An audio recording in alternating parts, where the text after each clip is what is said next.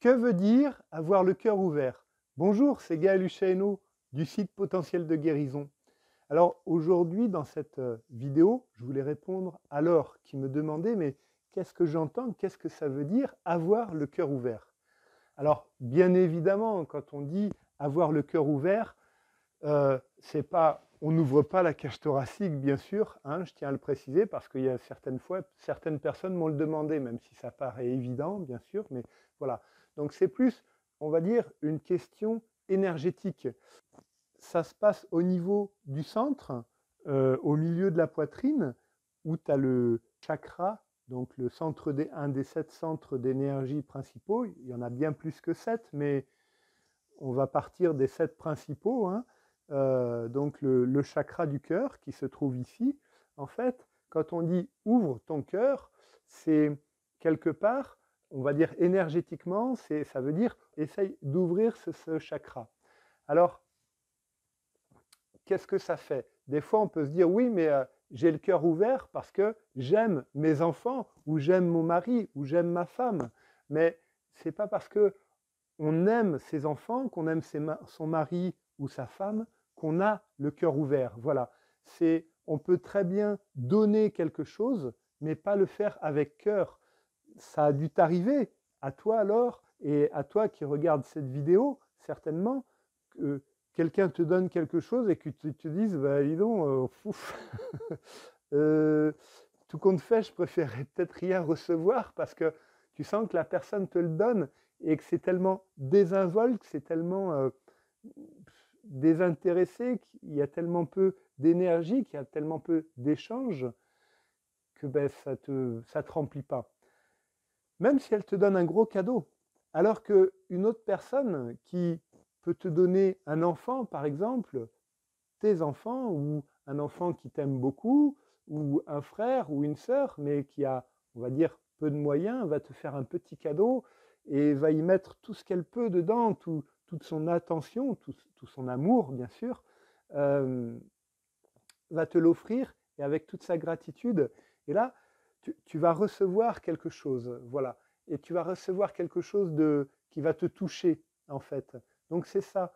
Quelque part, pour ouvrir son cœur, c'est entrer dans une autre dimension, parce que ben, ouvrir son cœur, ça sert pour faire les soins par magnétisme, euh, notamment, c'est ce que j'enseigne dans ma formation potentielle de guérison.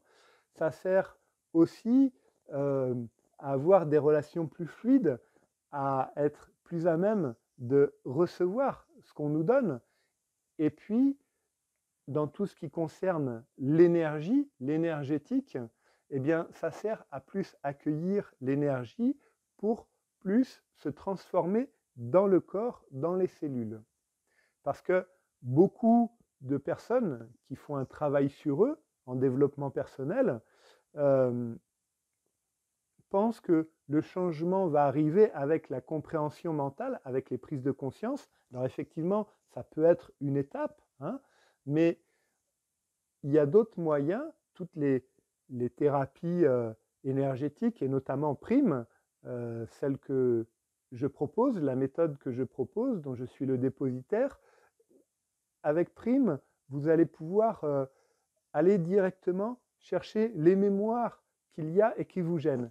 Donc, pour ça, c'est vraiment important voilà, en fait, quelque part, il faut baisser sa fréquence mentale, parce que tout le monde a un mental qui va d'un truc, d'un sujet à un autre, tu sais, certainement, quand tu discutes avec une personne et qu'un coup elle te parle de tes grands-parents, après elle te parle de son travail, et puis que ça fait comme des sauts de puce, tu sais. Voilà, ça fait comme une puce qui saute et qui passe de sujet en sujet. Bon ben, on va dire que à ce moment-là, quand cette personne te parle de cette manière, c'est que elle est plus prise par son mental et elle a une énergie mentale assez forte, assez élevée, et elle est beaucoup moins ouverte au niveau du cœur.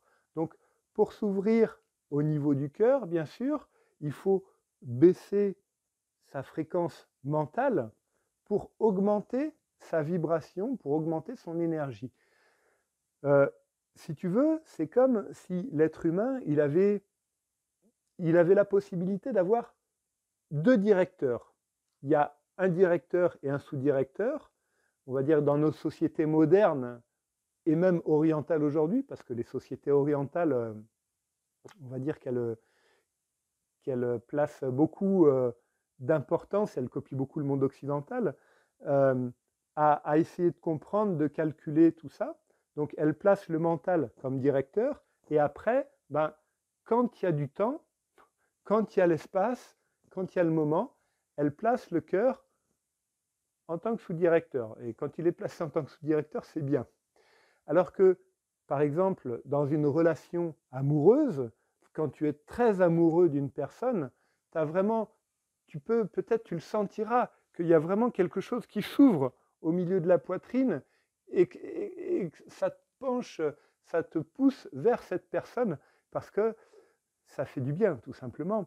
Et à ce moment-là, quand tu es amoureux, on va dire que c'est plus le cœur qui passe en tant que directeur et le mental qui passe en tant que sous-directeur. On a besoin des deux, mais c'est juste qu'il faut inverser. Voilà.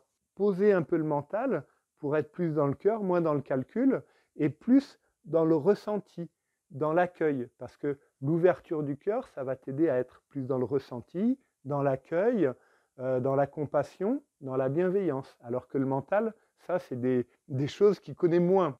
Alors il peut le faire, mais tout ce qui se passe au niveau énergétique, parce que c'est ça qui, quelque part, même qu'on le sente ou qu'on ne le sente pas, c'est ça qui nous fait vibrer aussi. Quand tu es amoureux d'une personne, tu sens qu'il y a une connexion entre toi et cette personne, une connexion au niveau du cœur. Tu vibres, voilà, c'est vraiment le mot, il y a une forte connexion.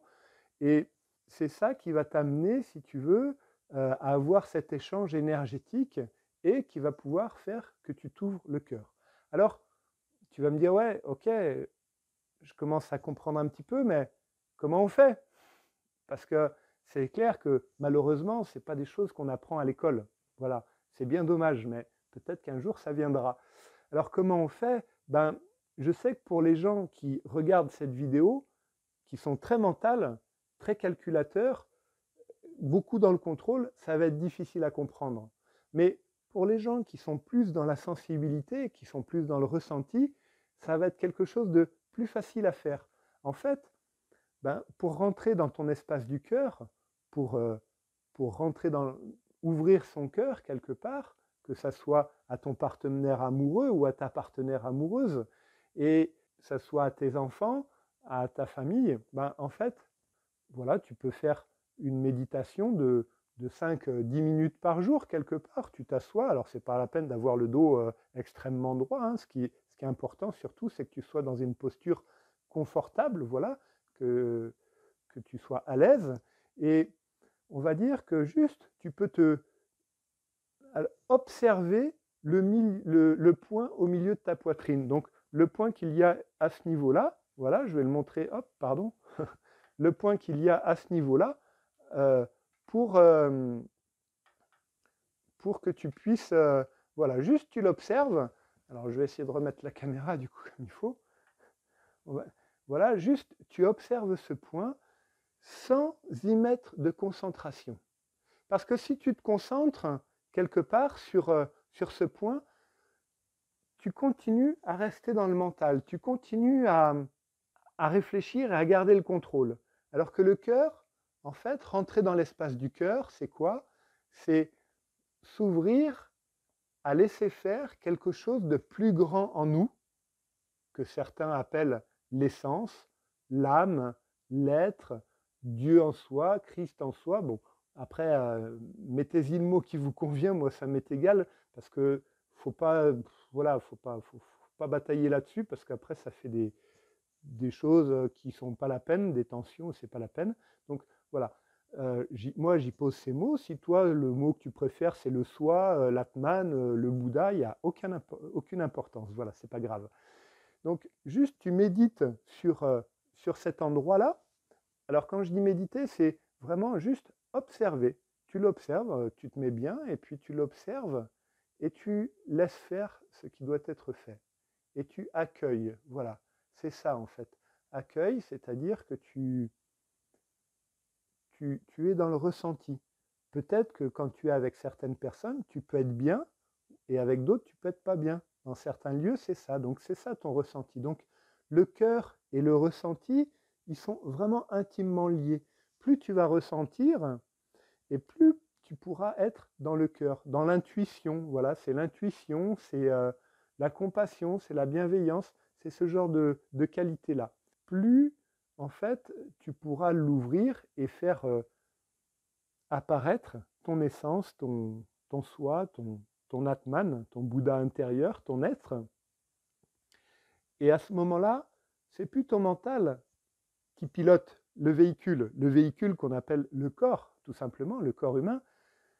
C'est cette chose plus grande, mais on ne peut pas la contrôler. Parce que dès que tu vas commencer à te dire, hop, là je fais ça, dès que tu vas commencer à dire, là je cherche à maîtriser, hop, ben à ce moment-là, c'est plus ton essence qui fait, c'est ton mental. Voilà. Donc le cœur, c'est le point, on va dire, de rencontre avec l'âme, avec l'être, avec l'essence.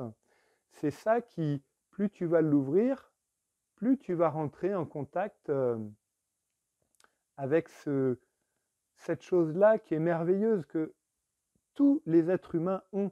Par contre, tout le monde n'y a pas accès forcément à volonté, malheureusement. Voilà, donc pour ouvrir ton cœur, bah, je t'invite vraiment à te poser 5-10 minutes par jour et puis juste à observer ce point. Et peut-être que tu auras des sensations au bout d'un moment, peut-être que c'est possible que tu sentes que ça s'ouvre, il y a quelque chose qui s'ouvre en toi, hein, à ce niveau-là, que ça s'ouvre, ça s'ouvre, ça s'ouvre. Peut-être qu'il ne se passera rien, peut-être que tu verras des choses. Bon ben, accueille, juste sois dans l'accueil. Et puis, ce qui est important, c'est pas de le faire une fois pendant 30 minutes ou 1 heure par jour. Ce qui est important, c'est plus de le faire 5-10 minutes par jour. 10 minutes, c'est bien, mais régulièrement, dans la régularité. Et tu verras que à toi, ça va t'apporter beaucoup d'apaisement et beaucoup de sérénité aussi. Voilà. Alors, si cette vidéo t'a plu, je t'invite tout de suite à la liker, à t'abonner à ma chaîne. Et puis, bien sûr, si tu penses que ça peut aider des gens que tu connais, dans tes contacts, tes amis, eh bien, n'hésite pas, fais-leur suivre cette vidéo. Et moi, je te retrouve la semaine prochaine pour une nouvelle vidéo. Au revoir.